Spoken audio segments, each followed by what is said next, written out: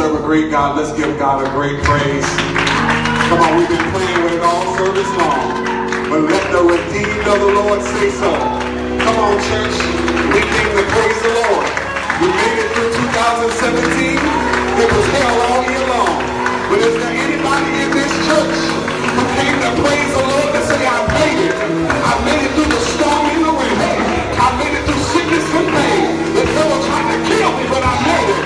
And so since I made it, I might as well bless his name. Somebody in this place ought to lift him up. Lift him up. He's worthy. Come on, you're tired.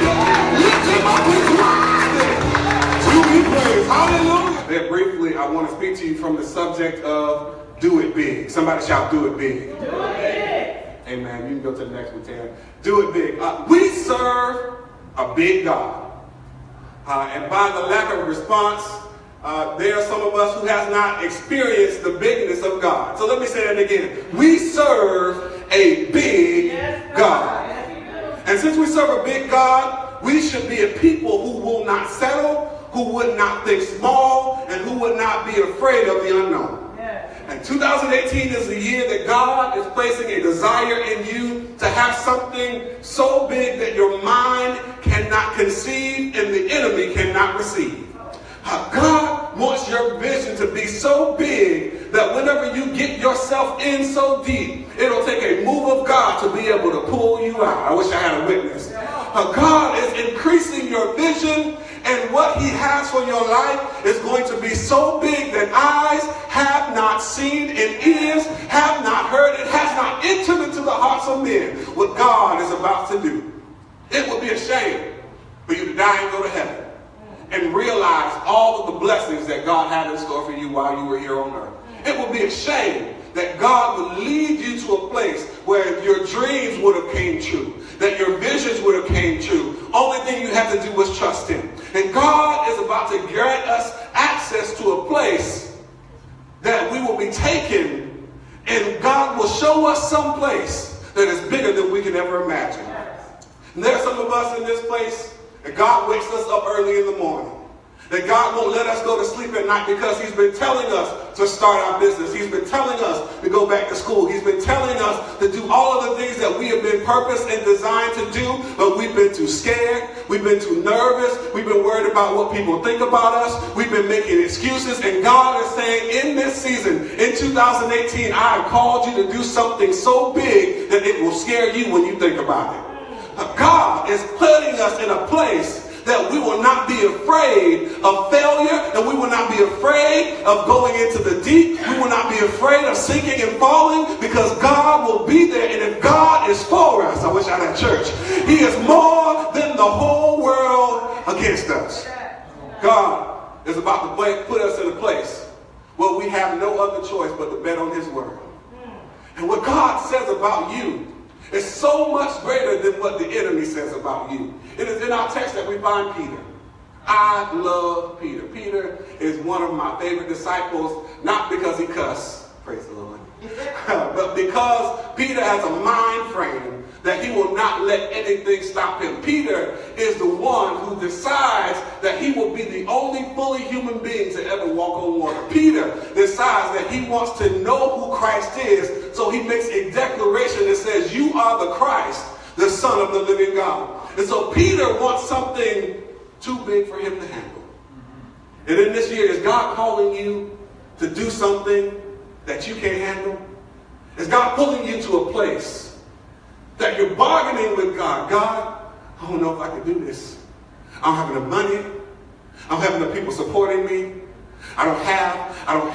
And God is saying in this place that I am pulling you to a place that I am going to cut all of your resources off to make you trust me. I'm going to cut the people that you thought were going to bless you, and I'm going to make you only rely on me. That when it's on the water, it's just you and I.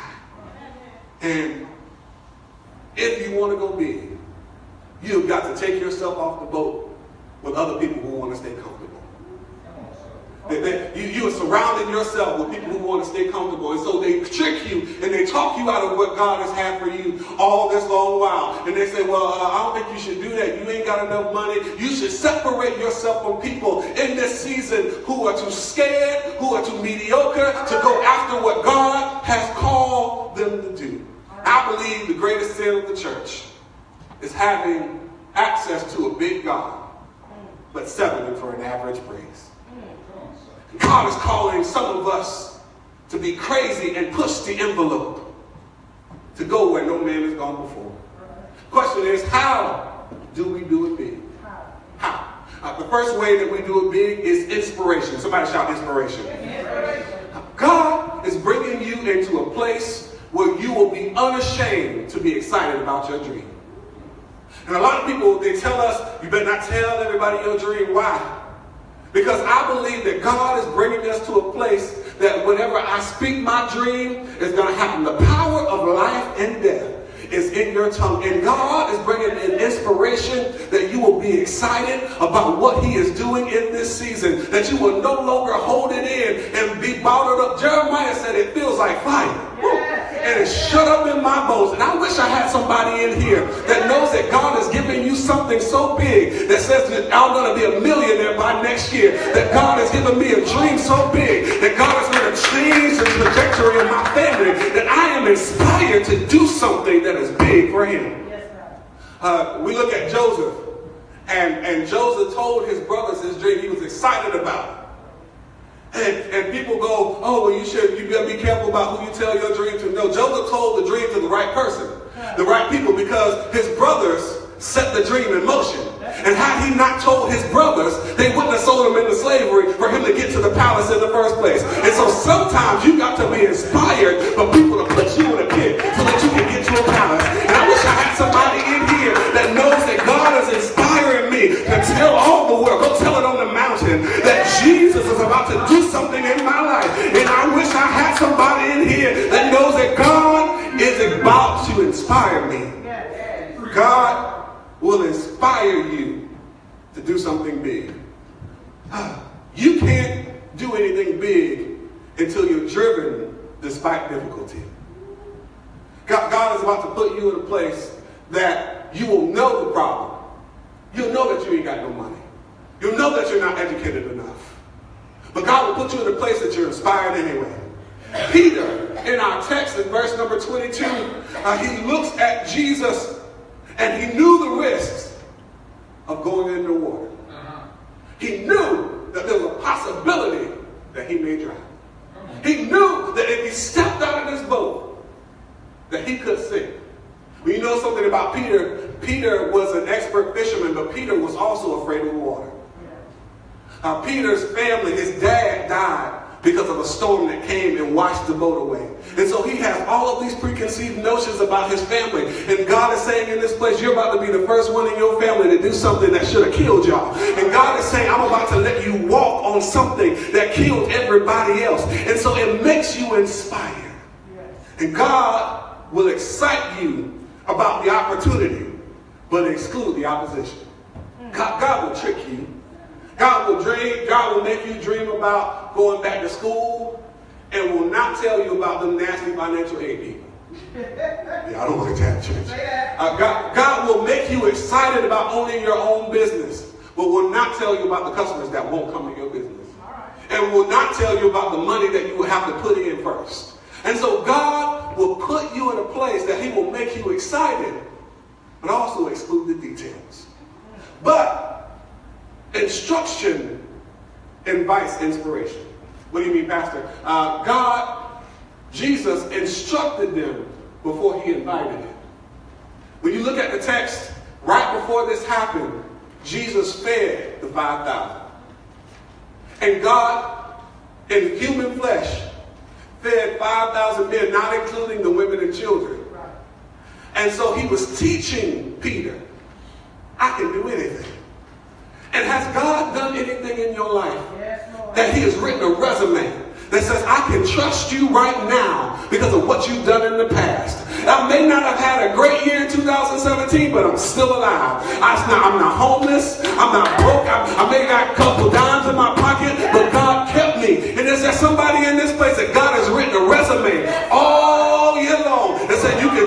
in 2018 because of what I've done in 2017.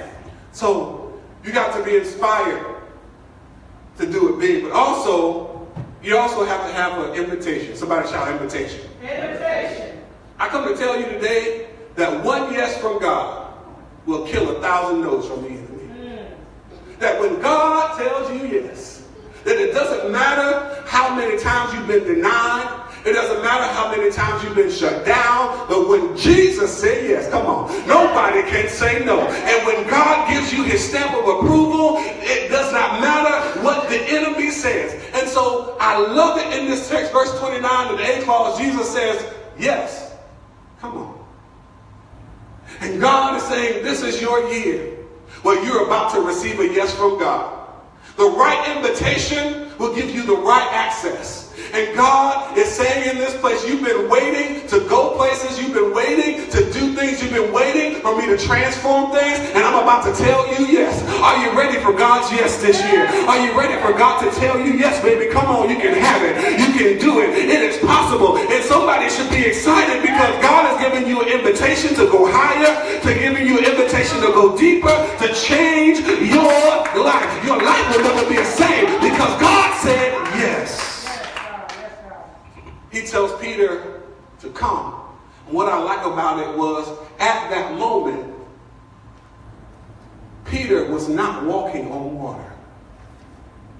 Peter was, in fact, walking on the word. He was walking on come. What do you mean? When Jesus spoke, anytime Jesus speaks, things change. Look at when he was talking to his mother and whenever he changed water into wine. The man was not drinking water anymore.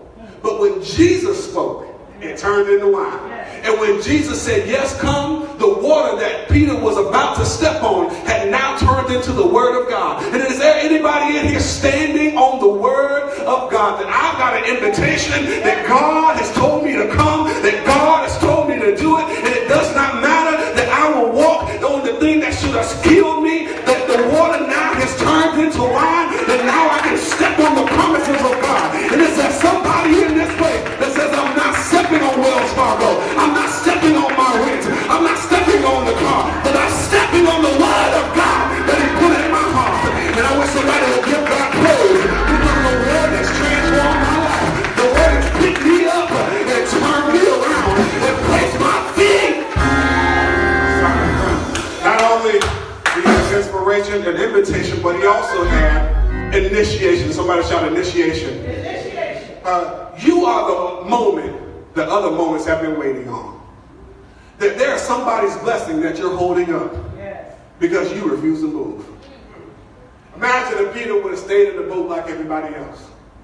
We would not have known that it was possible for human beings to walk on water. Had Peter stayed and been comfortable, we would have never known how great the ability of God to turn humanity into divinity. God is saying, whose life are you holding up because you refuse to move? Whose life are you holding back because you refuse to move out on faith? You are not waiting on God. God is waiting on you. Because the moment when Jesus said, yes, come, Jesus was now waiting on Peter. And so God is saying, this is the year that you're going to put your money where your mouth is. That you've been saying this and saying that, and you've been giving lip service all of these years. But God is saying, if I give it to you, can you handle it? Will you move and do what? Will you stop being scared? Peter has a decision to make now. He has now, his mouth has written a check that his feet now have to cash. And you've been telling God, God, I want this. I want to be blessed. I want to be financially stable. I want a new house. I want that promotion on the job. But God is saying, will you do it? Will you apply? Will you study? Will you make the move? And when you move, God will move just like that. And I wish I had somebody in this place that knows that failure is better than inactivity. That I've got And if I fall, let me fall. But I got a Savior that'll pick me right back up. And I wish I had somebody in this church that said I will no longer think small. I will no longer belittle myself. And I will go back and I'll do it again. And it doesn't matter what I've done before. That I serve a God that'll let me do it again.